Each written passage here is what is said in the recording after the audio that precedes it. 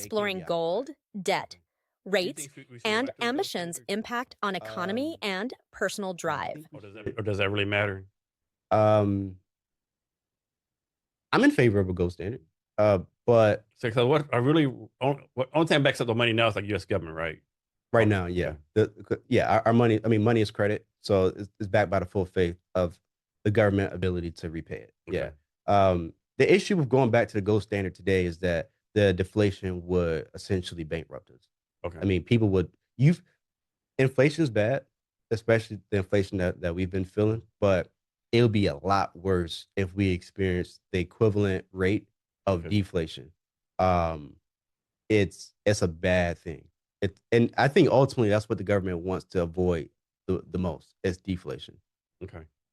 So does it really matter in the big scheme of things if you're in debt, whether as an individual person or as a company? Does that really matter if you're Yeah, like in debt? yeah, yeah, How yeah. does that matter? Like, is it a bad thing? Can it ever be a good thing? Oh, it depends on what the debt. If it's consumer debt, that personally, because I'm fiscally conservative, so I mean, if it's I don't use credit for like TVs and clothes and stuff.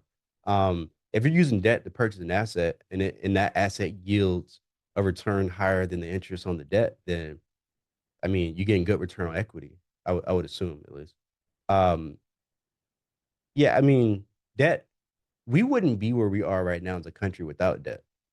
I mean, point blank. Period. That's a fact. That's what it is. When a bank extends you money, I mean that's debt. Any kind of money a bank extends you, by the way, is credit. And we just wouldn't be here without it. I just as long as that's used for assets, though. But people use debt for things that have nothing to do with actually making money. I mean, they use it for the most silliest of things. There's kids that wear the shoes that I'm wearing right now, and they buy it completely just on a credit card. That's crazy to me. That's that's bizarre because I would never do that personally. What's your take on the recent interest rate? Um, I can't think of a word. The not hike, but like the other thing, like the Um, decrease. Yeah, decrease. decrease. Do you think they went far enough? They should have decreased it by more. Um, Here I have to opt out. I have to say I'm a banker, so Okay. I can't you know I can't tell you my opinion on it. Okay. But I will say that it remains to be seen if there will be more decreases for the remainder of the year. Do you think the time is right for the decrease? Um, it depends on what the Fed is trying to do. Now the latest payroll numbers that came out showed an increase. So I mean, you can make a case that they actually decreased rates too early. To be honest with you, because they you don't want a situation like that because then the labor market is getting hot again. They increased. I mean, from what Jerome Powell said, they increased the rates so that they can slow down the economy. But if the payroll numbers come back hot, then that shows a labor force that's not slowing down. So you can make a case that they did do it too early, Okay. but it remains to be seen. With the economies, man, it's like gumbo. There's so much like in that soup. Any economist that's trying to tell you like in a black and white fashion that something is completely good or completely bad is trying to sell you something because there's no way that you would know. Yeah. There's just no way that you would know. And of course, the conspiracy theorists out there, they'll say they did what they did to help influence, one person, other person win an election, right? Which, of course, like I I don't don't rule think, that out. yeah. I don't rule that out at all. Um, it But of course, gets people on the left say they're like, each side said the other side's doing it right. yeah, and that's the issue. Um, Jerome Powell was a President Trump pick chairperson at the Fed. Um, Now, since then, at least from President Trump, I mean, he said things that wasn't congratulatory towards him. But it's important to note that Trump put him Yeah. into that position. At least he appointed him. And who knows? Who knows? There's so much. I mean, because then you have to speak to the politics of the Federal Reserve.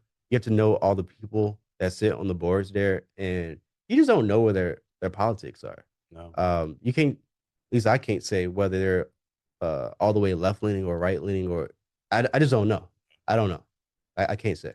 So does it really matter who's in power? Does it really matter the GOP is in power or the Democrats as far as like economy, running the nation? Does that really matter, or is this a system just runs it?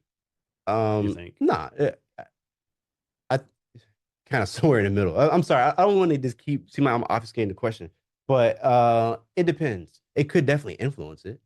I mean, if you have someone that comes into power that is incredibly anti free markets, let's say business in general, they want to hike taxes to the moon, uh, put in a lot of regulation, just that kind of thing. I mean, that would definitely influence the economy, and especially the stock market. I mean, that'd be the first. Actually, you'll see the stock market first because economies take a while to kind of play out.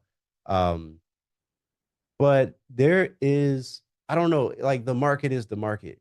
Sometimes it does things that it's just hard to explain. But to say that a president doesn't have like influence in the policy that they're trying to enact, doesn't have any kind of influence, that's ridiculous. It definitely does. So of course everyone knows about the United States stock market or Wall Street, right? But every country has their own version of Wall Street, don't they? Most countries. Okay. Yeah.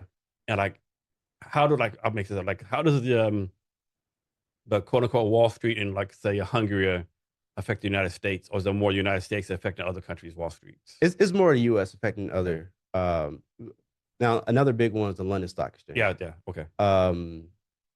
Yeah. It they would so the let's say like emerging markets, like third world countries, they affect our stock market so much as our so like you'll have hedge funds or mutual funds or whatever, some kind of fund, private equity fund that will put money into emerging markets.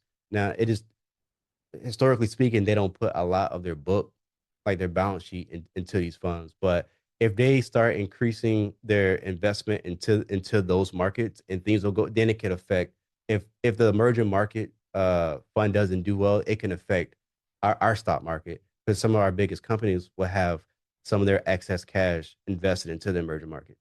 Um, but it's these are offshoots. I mean, this isn't the bulk of what happens. It's normally the U.S. leading the way for other countries. Okay. So obviously you have a lot of driver focus, right?